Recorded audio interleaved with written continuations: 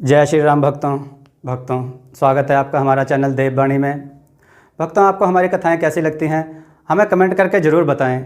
भक्तों, हमारी कथाओं को लाइक अधिक से अधिक करें, इन्हें शेयर करें और हमारे चैनल को अधिक से अधिक सब्सक्राइब करें। भक्तों, आपसे एक गुजारिश है, हमें इंस्टाग्राम पर फॉलो करें जिसका लिंक डिस्क्रिप्शन में दिया गया है। तो चलिए शुरू करते हैं आज की कथा। जय श्री राम भक्तों, सवालों की श्रृंखला में आप सबका स्वागत है। आज का प्रश्न है, सूर्य भगवान के रथ में 7 घोड़े हैं, उन 7 घोड़े के क्या नाम हैं? अपने उत्तर वीडियो में कमेंट करके जरूर दें। चलिए आज की कथा श्रवण करते हैं। आज की कथा है 2 औरतें और एक प्रेमी। आइए कथा श्रवण करें। बहुत समय पहले की बात है। एक गांव में एक नवयुवक रहता था। वह बहुत हिष्ट पुष्ट और सुंदर था। उसके माता पिता दोनों मर चुके थे, बस एक बड़ा भाई था। युवक के पास माता पिता की दी हुई थोड़ी सी जमीन थी, उसी पर वह अपने भाई के साथ खेती करता था। युवक और उसका बड़ा भाई दोनों बहुत मेहनत करते थे। वे खेती किसानी के साथ ही मेहनत मजदूरी भी करते थे, लेकिन इतना सब करने के बाद भी दोनों का गुजर बसर बहुत कठिनाई से होता था। एक बार युवक गांव के जमींदार के खेतों में पानी दे रहा था। सुबह का समय था। जमींदार के खेत गांव के बाहर थे और खेतों के पास एक बड़ा सा मैदान था। मेलों और त्योहारों के समय गांव के लोग इसी मैदान में एकत्रित होते थे। कभी कभी इस मैदान में बंजारे भी आ जाते थे और अपने डेरे लगा लेते थे। बंजारे कुछ दिन गांव में रुकते और फिर आगे बढ़ जाते थे।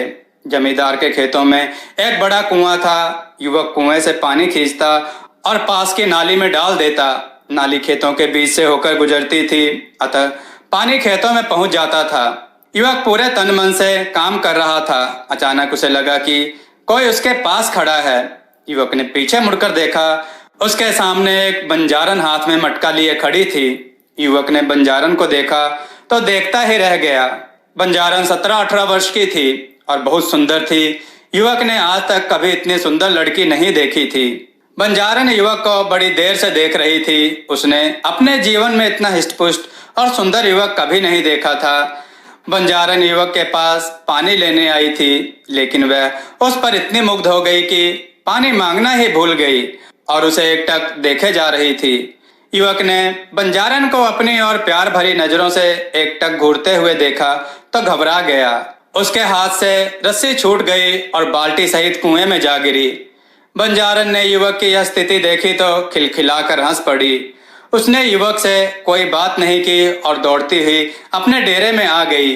उसने डेरे से एक पतली रस्सी और कांटा उठाया और युवक के पास वापस आई।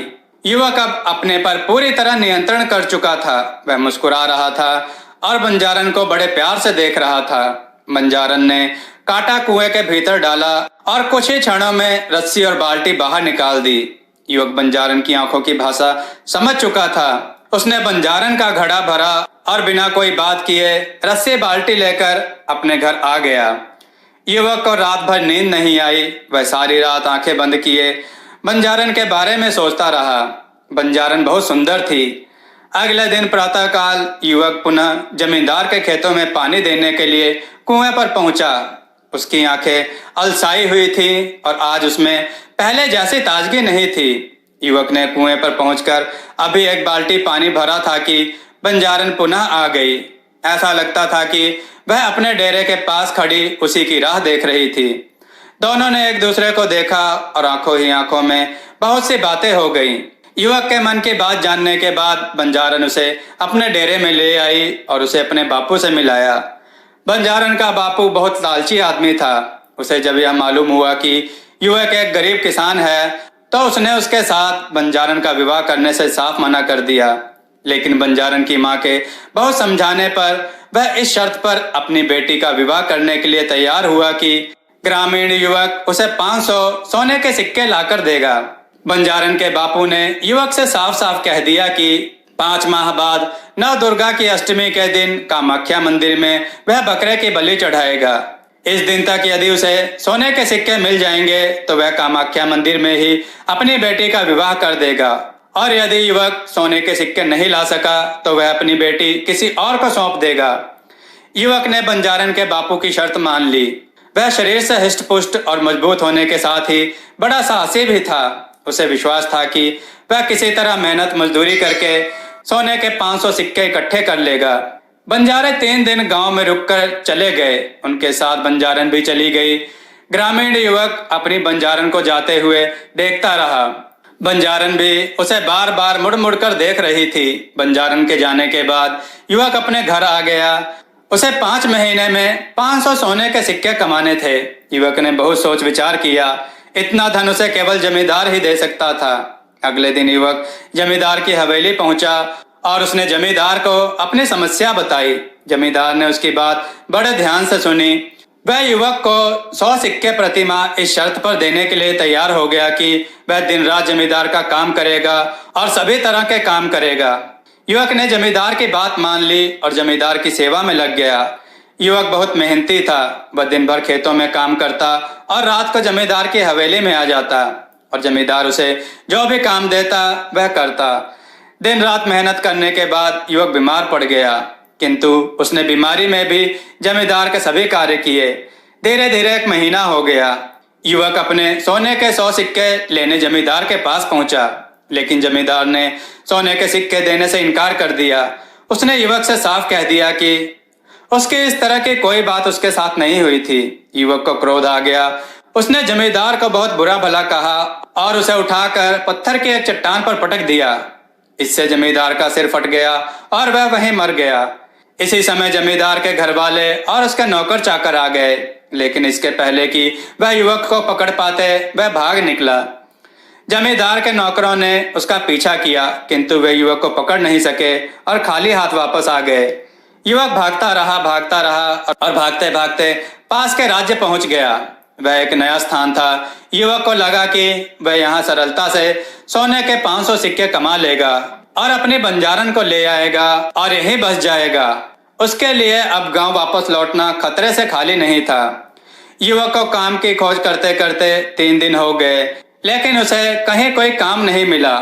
इस बीच उसने कुछ भी नहीं खाया पिया था, अतः भूख से उसकी हालत खराब हो रही थी। चौथे दिन प्रातः युवक एक बगीचे में खड़ा हुआ कुछ सोच रहा था।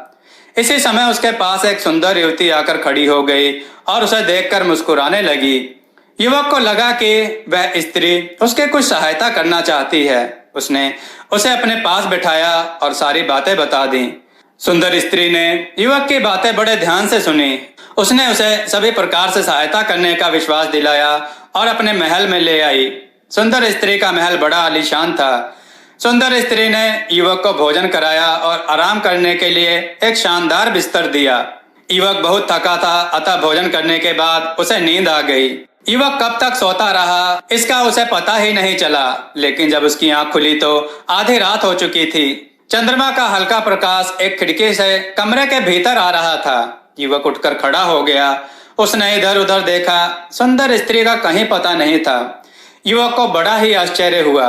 अचानक युवक के कानों से सुंदर स्त्री के गाने की आवाज टकराई।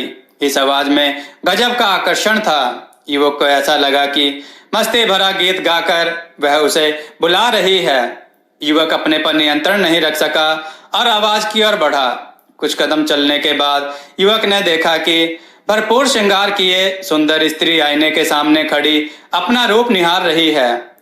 सुंदर स्त्री ने आईने में युवक को देख लिया। वह उसकी ओर मुस्कुराते हुए बढ़ी और उससे लिपट गई तथा उसे अपने पलंग पर ले गई। युवक की समझ में कुछ नहीं आ रहा था, फिर भी वह यह तो समझ ही गया था कि सुंदर युवती उससे क्या चाहती है। इसी समय सुंदर युवती ने उससे कहा कि यदि वह उसका साथ दे तो वह उसे अगले ही दिन सोने के 500 सिक्के देगी। युवक के हृदय में बंजारन बसी थी। वह किसी स्त्री के साथ सोना नहीं चाहता था, लेकिन अपनी बंजारन को पाने के लिए उसने सुंदर युवती की बात मान ली। अगले दिन फिर यही हुआ। युवक दिन भर सोया और आधी रात के बाद उठा। उसे सुंदर युवती 16 श्रृंगार किए प्रतीक्षा कर रही थी। उसने उससे कहा कि बस वह एक रात का उसे सुख दे दे, उसके बाद वह उसे सोने के 500 सिक्के दे देगी। धीरे धीरे 4 महीने हो गए। सुंदर स्त्री युवक को रोज आधी रात के बाद चलती और उससे अगले दिन सोने के 500 सिक्के देने का झूठा वादा कर देती। युवक के लिए अब और प्रतीक्षा करना कठिन हो रहा था। एक रात उसने सुंदर स्त्री का साथ देने से मना कर दिया। सुंदर युवती ने उसे बहुत समझाया। उसके समझाने का जब युवक पर कोई प्रभाव नहीं पड़ा तो उसने तरह तरह की धमकियां दी। जब धमकियों का भी युवक पर असर नहीं हुआ तो वह क्रोध में आ गई और उसने रौद्र रूप धारण कर लिया। वास्तव में सुंदर युवती एक जादूगरनी थी। उसे जब लगा कि युवक उसकी बात किसी कीमत पर नहीं मानेगा तो उसने अपनी जादुई शक्ति से उसे एक फूल बना दिया और अपने बगीचे के तालाब में लगा दिया। इधर बंजारन ने युवक की 5 माह तक प्रतीक्षा की, लेकिन जब युवक नहीं आया तो वह उसके खोज में निकल पड़ी। एक दिन अचानक बंजारन जादूगरनी के महल में आ पहुंची। प्रातः काल का समय था। जादूगरनी अलसाई सी महल के एक कमरे से बाहर देख रही थी। उसने एक बंजारन को अपने महल के सामने देखा तो उसे शक हुआ कि कहीं यह वही बंजारन तो नहीं। बंजारन को देखते देखते जादूगरनी के मन में यह विचार आया कि बंजारन को बहला फुसलाकर महल में रोक लिया जाए और उसकी सहायता से युवक से मनमानी की जाए। यह विचार आते ही जादूगरनी महल के द्वार पर आई और बंजारन को महल के भीतर ले गई। उसने बंजारन को युवक की पूरी कहानी बताई। उसने बंजारन को यह भी विश्वास दिलाया कि वह आज की रात ही उसे उसके प्रेमी से मिलवा देगी, लेकिन उसने उसे यह नहीं बताया कि उसने युवक को कमल फूल बनाकर बगीचे के तालाब में लगा दिया है। बंजारन खुश हो गई। उसे लगा कि सामने खड़ी स्त्री एक देवी है और वह उसकी इच्छा अवश्य पूरी कर देगी। जादूगरनी ने बंजारन से दिन भर अच्छी अच्छी बातें की और उसके प्रेमी युवक की बहुत प्रशंसा की।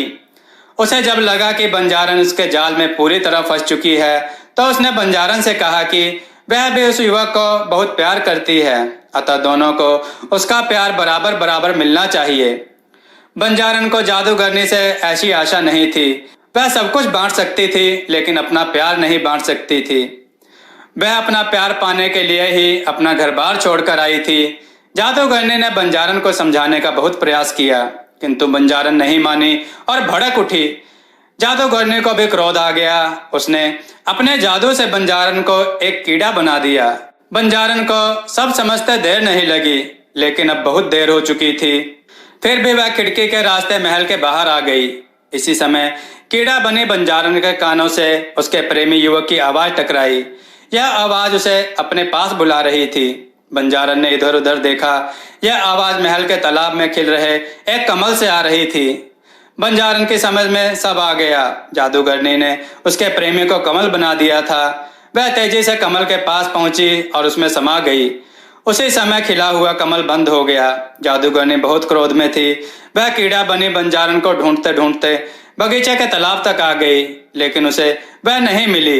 इसी समय कमल मुरझाया और अपने भीतर कीड़ा बनी बंजारन को लिए हुए पानी में समा गया और दोनों प्रेमी अमर हो गए। भक्तों, आपको यह कथा कैसी लगी? अपने विचार और सुझाव कमेंट में जरूर दें। हमारी कथाओं को लाइक करें, हमारे चैनल को सब्सक्राइब करना ना भूलें।